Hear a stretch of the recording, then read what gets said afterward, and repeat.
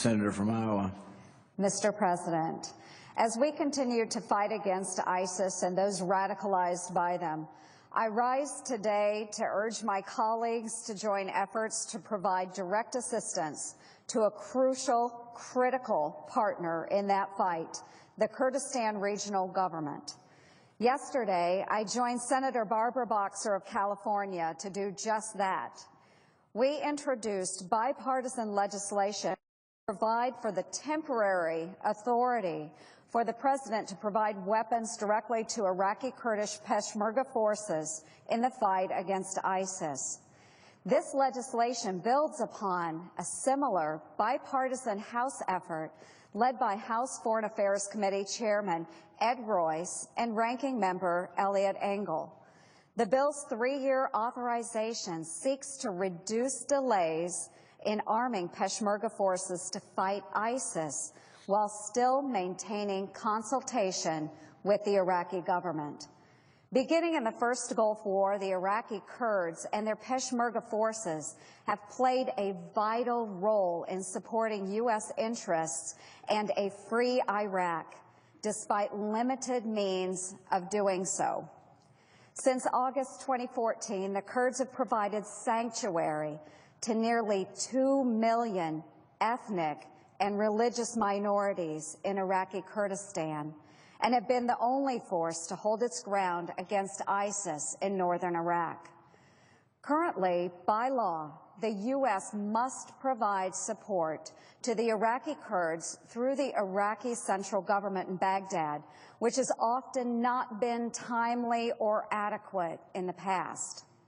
This has had a negative impact on the Kurds' ability to defend Iraqi territory and provide security for those Iraqis and Syrians who have sought refuge in Iraqi Kurdistan.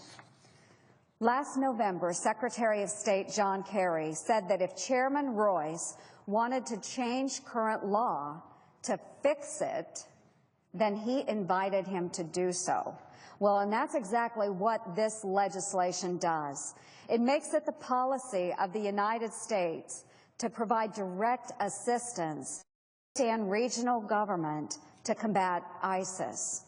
We do that because we believe that defeating ISIS is critical to maintaining an inclusive and unified Iraq, and that the Iraqi Kurds are the key in that goal, as well as helping end the humanitarian crisis in Iraq through their support of over 1.6 million displaced persons from Iraq and Syria. The legislation preserves the President's ability to notify the Iraqi government before weapons, equipment, defense services, or related training is provided to Iraqi Kurdish forces. It ensures this emergency authorization does not construct a precedent of providing direct support to organizations other than a country or an international organization. Finally, it works toward accountability by requiring a report to Congress on U.S. weapons provided to the Iraqi government, which have ended up in the hands of Iranian-controlled and supported Shia militias or foreign terrorist groups. ISIS is deadly and determined, and Iraqi Kurdish Peshmerga forces, our critical partner in the fight against ISIS, need U.S. weapons as quickly as possible.